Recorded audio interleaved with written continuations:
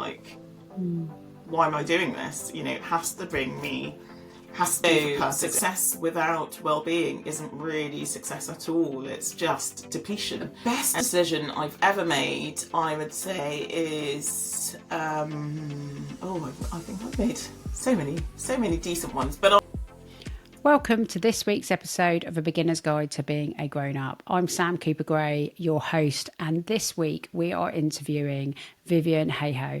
So Vivienne is an exit planner for founder-led businesses, but before that, she was a doctor for 10 years in the NHS. She has worked in finance, she's worked in innovation and design, and she tells us about that journey, the importance of the question why, and the fact she never lost that question from being a child, and all of the bumps along the road of being a doctor, an entrepreneur, and what the skills are that she learnt across both that have made her who she is today. So please join me in welcoming Vivienne to the podcast. So Vivienne, welcome, and we'll jump into the first question.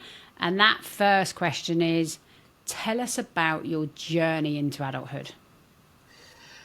Oh, really good question. I had to think about this. I don't even know if I'm an adult yet, but that's what I'd say. But my evolving, I like to think of my life as chapters in a book, literally like evolving. But I will start from the beginning. And my background is I'm a medical doctor by training, but I've ended up in finance. And the most common question is, how the heck did that happen? Because they're so, perception is that they're so far apart. But I went into medicine actually because I was so interested in how things worked. And I love people. And so that sort of combination of how things worked, like how the body works and like people, was just like perfect. I wasn't, people think that all doctors are all about, I want to save the world. But I wasn't really actually at that time thinking about impact and purpose. That came later. But in my gap year, I actually worked at Coots. So I started in banking. And then went into medicine. It was a short period. So I got this whole idea, I worked in commercial banking, this whole idea of finance anyway. Went into medicine and I loved it, really. But then I started to think about, as is my way, systems. And because I'm quite a big picture thinker, like, how can you make a difference? And, it could take me my entire lifetime. And then I started thinking about impact and purpose, which is where I went back into business. And I'd been in medicine for about 10 years at this point. I went into business and the design of businesses and service. And what that enabled me to do was to think about scale. So I went into the kind of design of digital products and services by going into going back to kind of business school. And did like a master's degree. So that's so in effect retrained. And just started thinking about impact and purpose then. And really that's how my journey has evolved. First, designing healthcare services and systems, into co-founding an innovation lab to do that, but it was within financial services, and that sort of took me into financial services proper. But I guess the golden thread for me is all about purpose and making the world a better place and healthy, happy humanity. So that's been my golden thread the whole way through to what I do now. Wow, and I love healthy, happy humanity. I love that as a kind of thing to live by and hang your hat on. So if I take you back to your younger self, so before you went off to uni, you did your gap year, then went into medicine. Tell me a little bit about the younger you and what she would have been interested in and what she was spending her time doing. I loved gardening. The younger me. I used to spend a lot of time in garden centres. So I'm from a quite big family, and so I was the fifth child, but there's a big gap between myself and my younger brother. So in fact, I was like the youngest, which was great because it gave me so much freedom.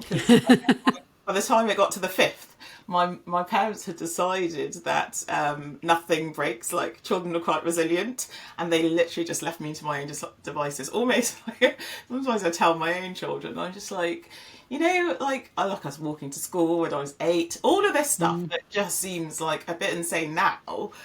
I had all of this freedom to experiment and to fail, and that was brilliant because I just kind of carried that throughout my life. And so part of the reason I've done these pivots is because I failed so much when I was a child, or is in growing up, that I sort of, in my DNA, I've got this "what's the worst that can happen" voice, and it's all right. I'd rather try than not try. So that's sort of been my thread throughout.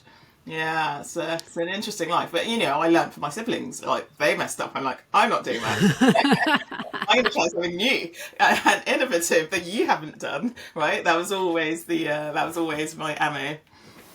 Yeah, I think having older siblings is very helpful, because although we still muck up, yeah, we do it in a completely different way. I'm very lucky as well. I've got an older sibling. I'll be like, you did it that way and that didn't work, so I'm going to go round the houses. And I got in a lot less trouble because of it.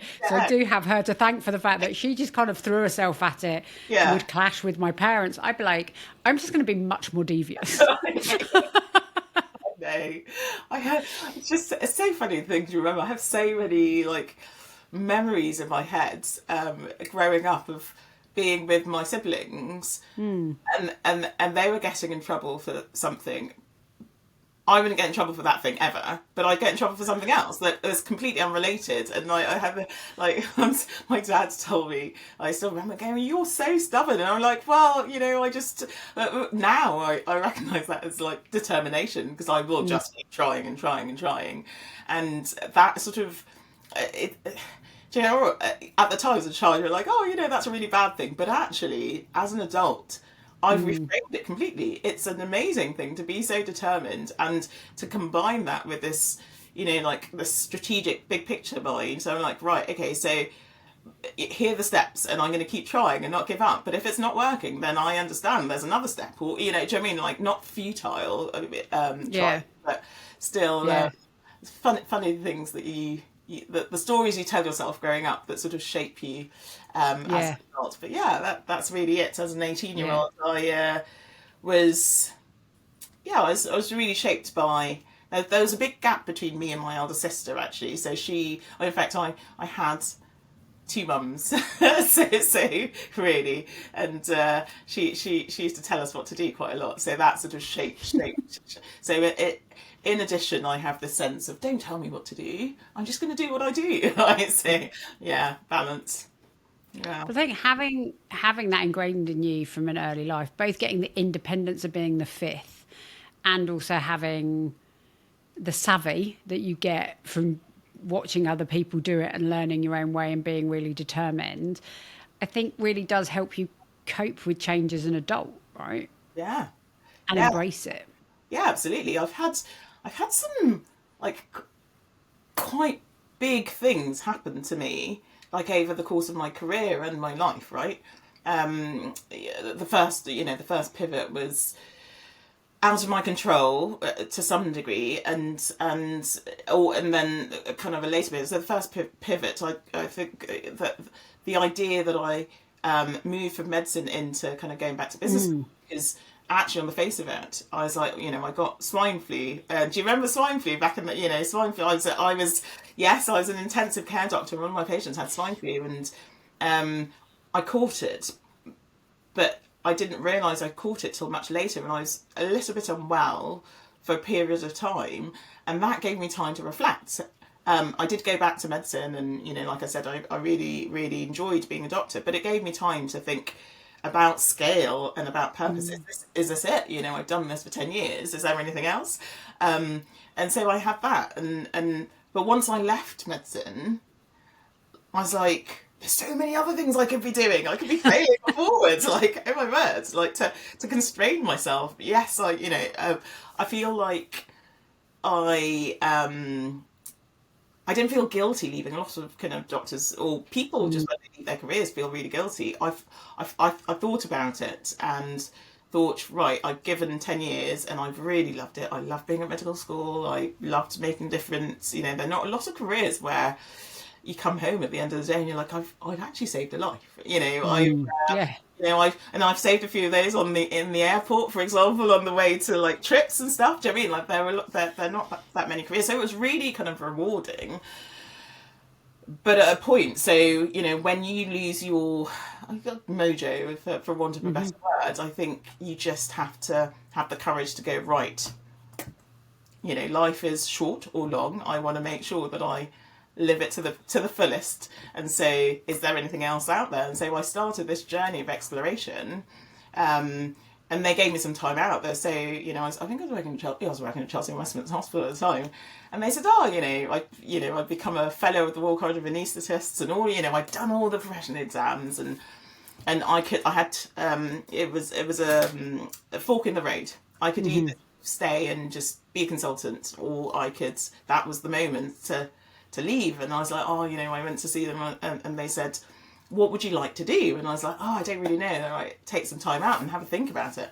And I remember seeing, actually, at the time, this amazing piece of work that was done with guys in St Thomas's Hospital, and they had they'd looked at the accident and emergency department, and they had and these weren't even doctors or anyone that worked in healthcare.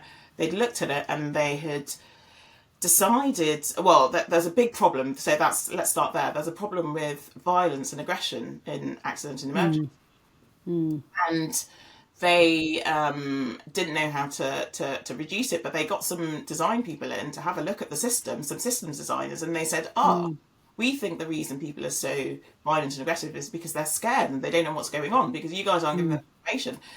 And by thinking through systems design and just changing system, putting some good signage and some explanations, and then measuring it, and reduced the incidence of violence and aggression. And so that got me thinking, oh my goodness, you could impact with one sort of like either digital design or something or the other, or innovation, you could impact thousands of people.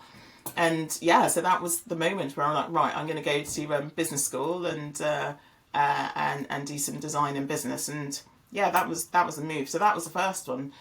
And then, like I said in the introduction, it took me into innovation and digital design, through that into finance. But the next moment, I guess, was sort of, I'd say fairly recently, and that was the move from, I was at JP Morgan, so that innovation took me to JP Morgan, and then I got into investments, and I worked at asset and wealth management, it's called, at JP Morgan. And really, that I was working there, and I co-founded a business with my sister, actually, way back when, set it up with her, and sort of, you know, I was running operations at the time, and just sort of left her, you know, with my innovation hat. She's the clinician, and she was running it as a multi-site cosmetic dental business.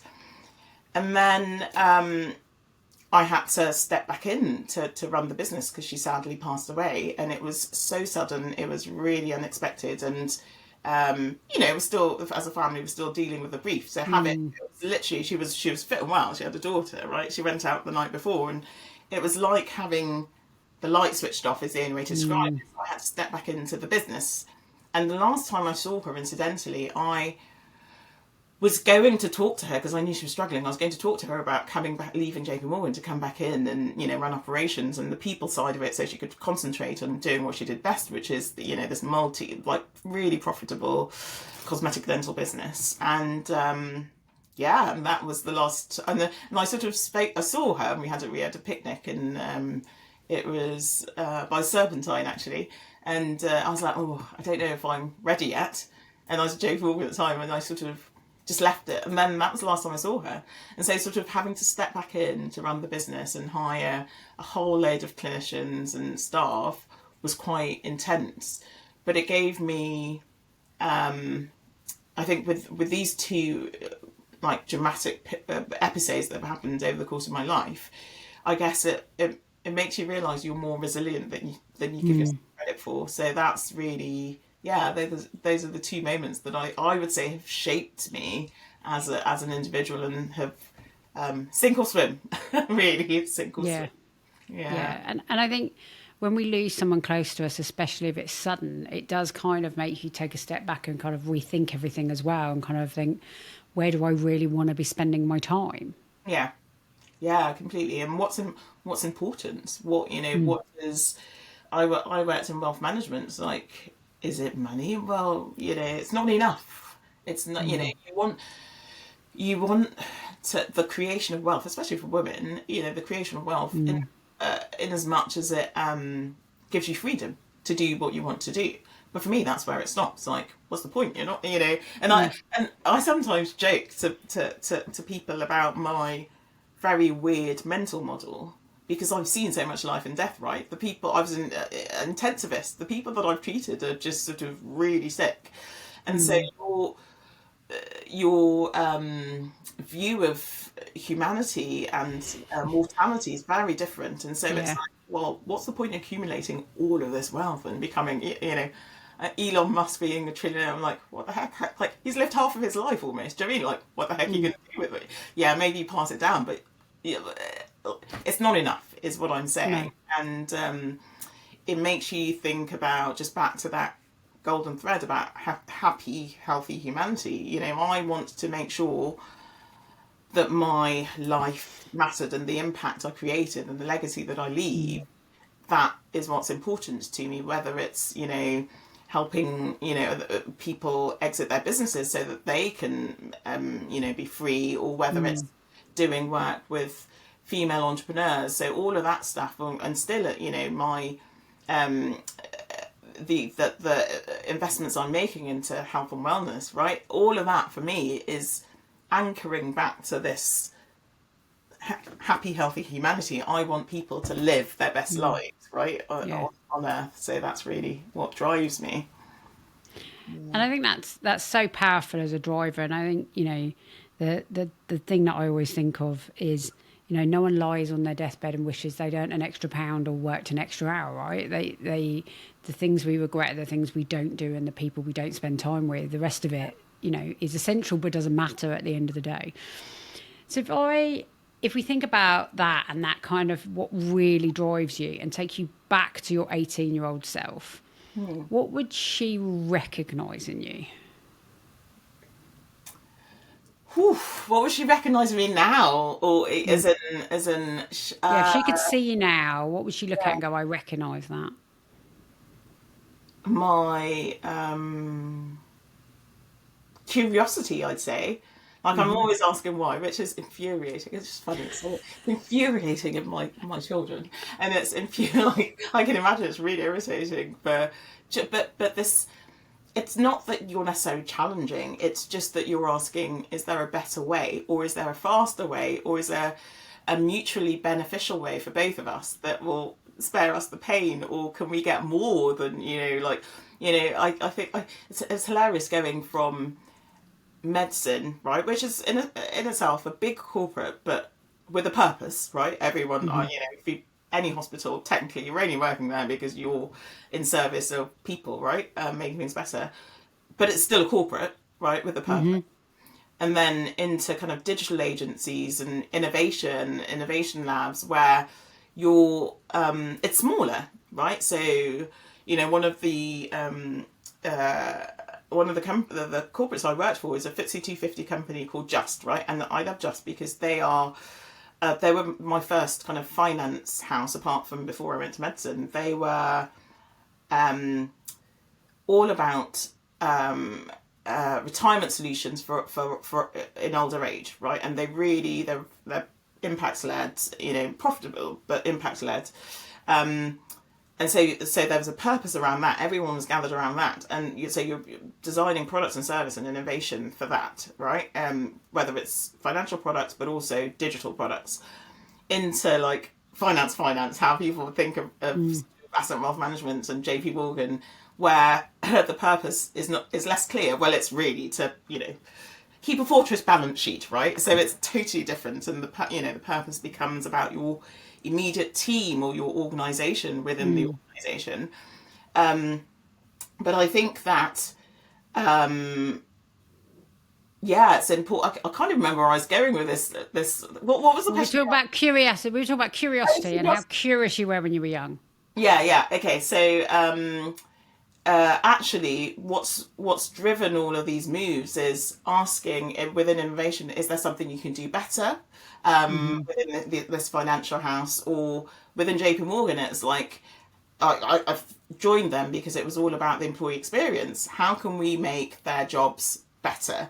And then that kind of moved into investments because I realised that I needed to learn about finance a bit more and investments a bit more. And so that's really been my journey. But my 18-year-old self would say, you're really curious and you don't, you're happy to fail, as in, Hmm. not happy to fail, but you recognise the importance of failing in order to move forward. So I think that's those are the two things that my 18-year-old self would say.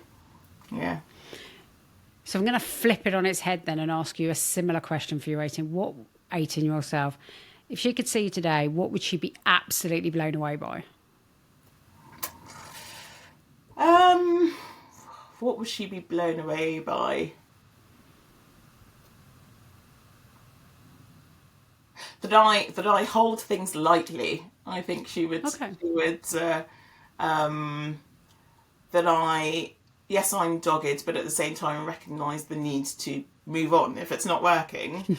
I used to be, I wasn't, when I got better at maths, but the feedback my teachers always used to give me when I was, primary school, secondary school, I just wouldn't let a problem go. Right? I always keep trying. You know how you're supposed to move on. If it's not working, I'd just be like, oh, I'm almost there. I just keep going. But I think I've learned to go. It's not working. Mm. There's no point trying. I've tried 100 ways and it's not working. Right, quickly move on, and almost to get to that point a lot faster than I used to. I think that's the benefit of experience. Mm. Right? You just Yeah. sort of block out all the noise, heads down, get that out of the way, and yeah, really, Mm. really hold things lightly is what I would say. And Yeah. that's to some degree that's sort of what I'm trying to do at the moment with my current phase, right? So I've moved through medicine and I've gone into digital products and business design, and then firmly in investing and finance. But I sort of say to I work with a load of business owners and founders, and you're I find that founders, they start off with an idea, and to them it's like the best idea in the whole wide world, and Yeah. it's the bee's knees because they've either had a product which is great, there's a problem they're solving for either them or someone else. And these are Yeah. this, we're talking about early stage founders, but it applies to anything, anyone Yeah. really. As a business owner, you start out, whether it's Amazon, right, you're selling books because you recognize a problem on the market. But actually, the most successful ones, and this is what I tell the business owners that I work with, especially when they're getting towards the point of being fed up, really. I really want to exit the business. I've had enough. But actually, it's hold that idea lightly. You're testing on the market. If it doesn't work, that's okay. Try something else. Try something Mm. else. And if something's working, don't change it, right? So just double down on that thing that's working, which, Yeah. again, the boredom factor is a problem because you're just, you've been doing this thing for 10 years, 20 years, and you're like, oh, actually, I want something else. But, actually, maybe it's a time to sell that off and do something else, or, Mm. or do a little bit less than you were doing before. So there are lots of ways around it. Yeah. Yeah. And I think you've touched on something that for entrepreneurs, when I interview entrepreneurs, comes through really strongly, which is being able to deal with the boredom factor of doing something that really is working because they're like after the next shiny thing because their brains work in that way, which is Yeah. constantly trying to do more, do something new, do something innovative. That Yeah. actually, for some entrepreneurs and who turn into business owners, the hardest thing is to stay the course. Stay the course. Yeah, it's really hard. Maybe, and then again, this is why I love exit planning. maybe it's not for you. Maybe, and Yeah. I recognize this need for change because that gives me energy. Mm. But maybe, I want to see a thing through, but I don't necessarily have to do it for 50 years, right? Maybe there's someone better Yeah. that wants to do it for 50 years, or maybe it's like it takes up 20% of my time as opposed to 100% of my time. And it's knowing that you have options. I think that's the key. I think a lot of people feel really stifled. And Mm. it's like, is this it? Yes, I'm a profitable business and I've been doing this for so long. And oh my goodness, is this absolutely it? Is there anything else to life than this thing? And yeah, entrepreneurs are really the next shiny thing. But you need, like people talk about ADHD all the time, and a lot of entrepreneurs, everyone's finding out that they're ADHD, but actually you need those kind of people, don't you? You need the people who are going to stay in organisations for like 50 Mm. years till retirement, the lifers, but you also need the people who are creating new products and services all the time. You need both Mm. kinds of people, and that's why I love humans is Yeah. because we're all so different, Yeah. also needed, and it's about recognizing value in one another, really. Yeah. Yeah. So, And I think that human element potentially is going to be linked to your answer to the next question, um, which is, what's the best decision you've ever made? the best decision I've ever made, I would say, is I think I've made so many decent ones, but I think that the biggest is being courageous enough to recognize that I could leave medicine and still survive and still do Mm. what I really wanted to do, because it doesn't,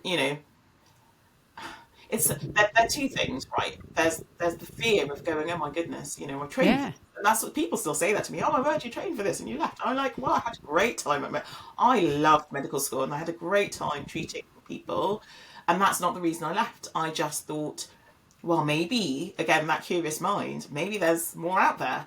And it's like, I remember describing having left to a friend of a friend, and they're like, what's it like? I'm like, it's like you stepped into a sweet shop for the first time, and my curious mind is going, bing, bing, bing, I could do this. Oh my goodness, I could do all of this. And Mm. but still have impact, right? It's not the end of the world. And because I was courageous enough, I'm in a position, right, to advise other people, not doctors actually necessarily want to leave, but just to have that bravery, because it takes a lot of courage, right, to do Mm. the thing, and just go for it and ask yourself what's the worst that could happen. And it's not that I'm risk averse at all. On the contrary, like I almost make a whole load of assumptions with critical assumptions, and I map the risk. I sometimes do it quite quickly, but I do actually. And I'm Hmm. a great believer in, within medicine, one of the greatest things it did for me is this ability to hone your gut, like, right, to precision, because you'll sit with other Interesting. patients Yeah. and you've got to decide if what they're saying and what you're seeing is actually what's going on, right? And so Of course. I say to people, like, it's 90% right. So if my gut's telling me something, it's like, because I've honed it, like, it's almost so as much as like data. Like, I love data because I love Mm. finance, but at the same time, I really trust my gut. And yeah, it's great that that confidence to go, Mm. it's going to be all right. I will tell it's going to be all right. Yeah. Yeah. Because it will. Whatever happens, I'm a great believer in, whatever forks you take in the road, they are meant to bring you to where you are today. And actually, probably couldn't be who you are today if you hadn't had some of those failures, you know, left turns, right turns. You wouldn't be where you were. You wouldn't be able to do what you do. You wouldn't be able to do what you do today if you hadn't been a doctor for 10 years and you hadn't, learnt to hone those skills, Yeah. learnt that, to trust your gut. It kind of makes us who we are, irrelevant of what's happened, right? We can't look back and regret because you can't change it anyway. Exactly. Do you know what? Like, you talk about regret, but if someone was to say, like, what is it you fear the most, or if someone asked me that question, regret, like, literally, Yeah. I just I would rather fail than have someone say, "Oh, you should have done this. Oh, that really." So I'm gonna. Yes, I on my Yeah. gravestone it will probably have. She had no regrets or something like Yeah. that with it. But yeah, no, I think planning, just to some degree, having an intention. So Mm. I'm a planner. I'm a strategic planner. It's the way that my mind works, big picture, and I have an intention. I always have an intention. Even now, I've got like, here's my, to some degree, 5 years. This is what, Hmm. my North Star. But I'm very, back to what I said about holding it lightly. I'm very open to change, right? And so you're sort of Mm. along this path, and something comes up, and Yeah. actually, that's quite interesting. Does it align to that thing? If or can I? Is it now something else? Or and so having that mindset, but having at the core of everything I do this need to, healthy, happy humanity, and Yeah. just my life in terms of the value that I bring to the world. This whole sense of purpose is drives everything I do. Right, Yeah. that's it. Yeah. Yeah. And I think having that ability, so it's a couple of things you said that really, really rung true for me. So you talk about kind of being I'd call it risk aware. So you kind Yes. of assess the risks, and for some things that takes a while, for some things it's almost instant. But I think that's a very feminine trait. So we know, we talk about women as being kind of risk averse. I don't think we are. I think we're much more risk aware. We assess things in a very different way to kind of go, does this work for me? Does it bring me what I want versus what the risks I need to take are? But also I think having a plan makes, that's part of that risk aware piece, right? Which is actually I can plan. But the skill is to be able to pivot that plan to something else. So I think it's one of those things that makes some of the most successful people I know successful, which is I can assess a risk, decide if it's for me with an informed mind, plan for that thing, and the minute it pivots, I can take all the relevant bits of the plan and use them, and the bits I don't need I can throw away, and I don't have to start from scratch, right? Which I think are real signs of successful people. And I'm not just saying that because I do it as well, but I do think it is. So we all get given advice. I'm sure you've been given advice, as you were saying, like people were asking you, do you want to become a consultant, and you weren't sure, and pivoting to something. I'm sure everyone had an opinion. What's the best piece of advice you've been given that you completely ignored? That I completely ignored. I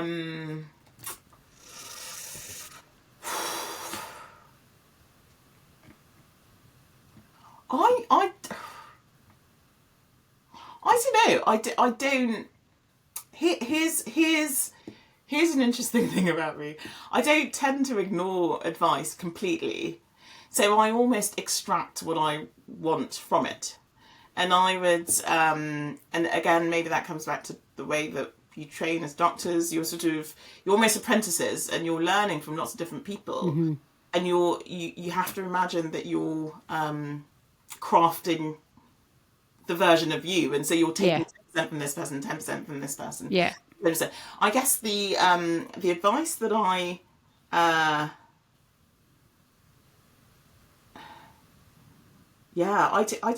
wouldn't say I've ever ignored advice completely, but one thing, I work in corporate. I would say the advice that I hold lightly is about feedback. So I think about feedback as, you've got to know who's giving you the feedback and why they're giving you the feedback, because not everybody has your interests. And so Yeah. but then to some degree, again, back to that, extracting maybe about 10% from the person that gave me this piece of advice, is saying, what, like, to ask the question why. So why are they giving you that piece? You might not necessarily accept or embody that piece of feedback, but you still have to ask, why are they giving you the Yeah. feedback? What's behind it? And I think that's important, and that's to some degree shaped me. I don't, if someone that I really trust, or who has my best interest at heart, I give them space to give me feedback. And if they give me feedback, I really like latch onto it. And if it's someone that I don't really value their opinion, or there's something, you have all sorts of people in the corporate, you've worked in the corporate, and sometimes they've got their own agenda. And so you just got to go, okay, so that's really interesting. I hear you. I don't necessarily agree, but I hear you. And then almost interrogate it forensically to understand why they would be doing these. Yeah. So I think that's really powerful. So I think a couple of things from that is, I love the fact you've defaulted back to exactly what you said you were when you were younger, which is your default is to ask why. Yeah. Because then you can take from it what is relevant to you, rather than, advice is much more about the person who's giving it than the person who's taking it, especially if it's advice you didn't ask for. Yeah. Yes. Which happens to us a lot, right? Especially as women, I think. Oh my goodness. Yeah. So many stories. Unsolicited advice, love it. But I love that as a twist, which is actually you've learned to ask why. I don't think you've learned to ask why. I think you might have been born asking why. To ask why, but also just take what is relevant to you from that advice, but take it in the bigger picture. It reminds me of someone. I think he's an actor. I want to say Spider-Man, but I'm going to get it wrong. And he said, if someone has a problem with me, I tell them to message me. And if they have my number, I'll listen to them. If they don't have my number, they don't know me well enough to have an opinion. And I was like, I really like that, right? Which is actually, everyone's going to have an opinion. Actually, the ones we care about are the ones who are going to bring us value. Yeah. So we've got 2 more questions, and I'm really interested in your answer to both of these. So the first one is, if you were to set our listeners a personal challenge, something that they could go off and do and expand who they are, what would your personal challenge to them be? The personal challenge would be, pick the thing, and everyone knows this thing, that they're most scared of. Right? Like, there's a thing. Everyone's got a thing that like, if you were to say to them, I used to like stop you in the street and say, do that thing. They're like, yeah. And then I would say, break it down, like do a small part of that thing, right? That's what I would say to them. Do a small part of it in a defined period. So, whether it's a quarter, say, right, in January, or a month. In January, I'm going to do a small part of that thing. Because, I don't know, fear's a really powerful force, right? It's important for fight or flight, for loads of reasons, right? But at the same time, I think that we forget I always think about fear as on the opposite side to hope and faith, this kind of like leaping forwards. And most people are, especially in the West, our default, because we're so comfortable, is to stay on the side of the kind of fear, like I'm not going to do that thing because I'm so comfortable and everything's great. But actually, the flip side of that is that hope and faith and that like optimism and just like jumping and seeing what could happen. Yeah. And so that would be the thing that I would say. So I'm afraid I'm going to have to put an extra question in then, because you've led me to it. So that's okay. So right. What is the thing that you're fearful of that you're not leaping forward in at the moment? Oh, I'm sorry, I had to. I couldn't miss that opportunity, Vivienne. Yeah, no, that's fine. So at the moment, I'm building this business, right? Wellspring, which is the business, and I had a mentor once who was like, "Go large, right? And just be ultra ambitious." But there's part of me that's like holding myself back, because I'm like, well, let's just like build one thing at a time. But I can hear his voice in my head sometimes where he's like, get the big coat rather than and he's American, get the big coat rather than the small coat. And I'm just like, I'm European, I live in Britain, like we start small.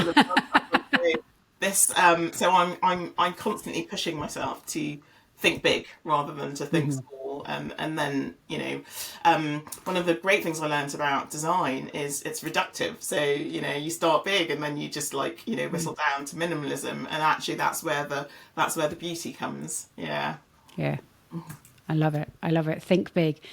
So I don't know how we've got here, but we're at our final question, and I've so enjoyed our conversation today. And we've talked a little before about your journey and the ups and downs of things, especially in the last couple of years you've been through. But I've learned so much both about you and just some really amazing nuggets that I know our listeners are going to love today. Not only back to that original thing of asking why all the time, which I think is going to stay with me. Stay curious, stay curious. So if we think about all of the things that you've learned over your lifetime so far, what's the piece of advice that you would put into a beginner's guide to being a grown-up?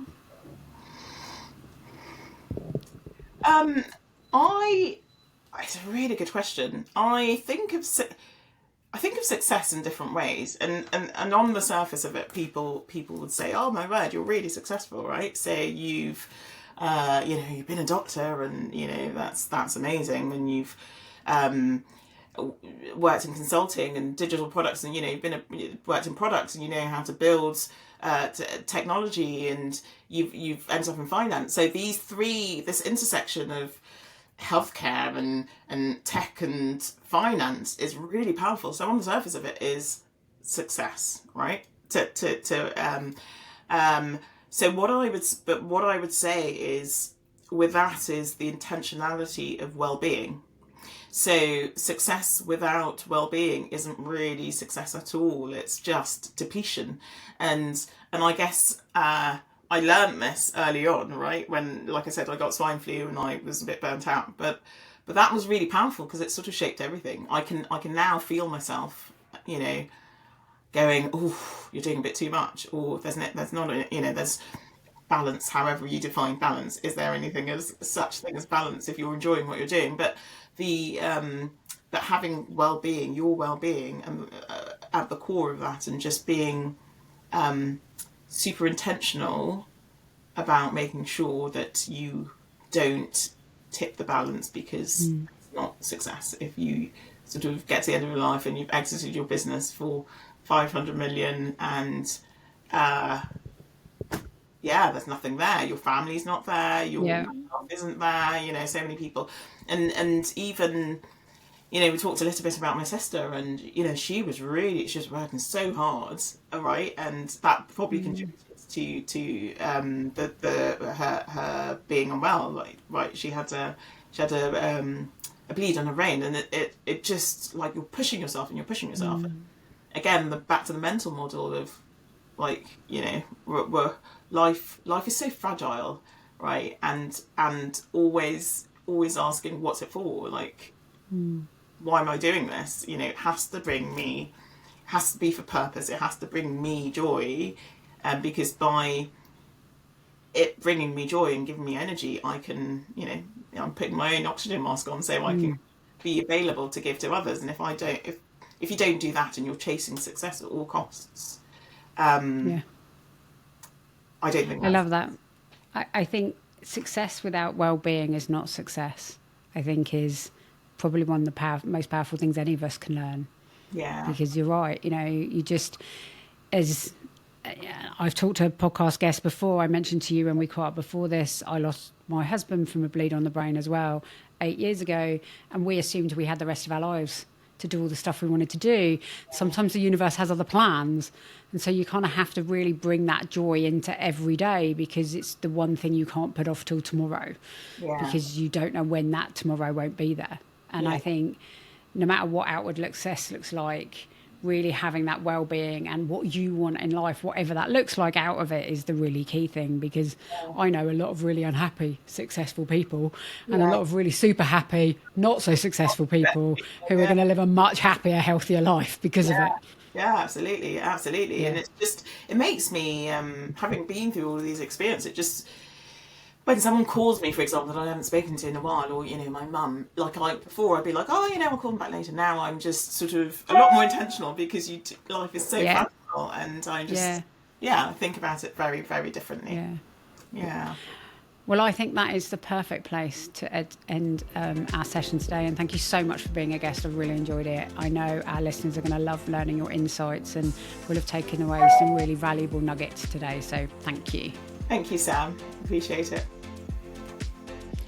Thank you for listening to this week's episode of A Beginner's Guide to Being a Grown-Up. Please do like, follow and subscribe wherever you get your podcasts. Next week, we will be speaking to Emma Sale of Killing Kittens. She's going to tell us about that journey, about sex parties and making them safe for women and everything in between. So join us next week. And in the meantime, enjoy being a grown-up.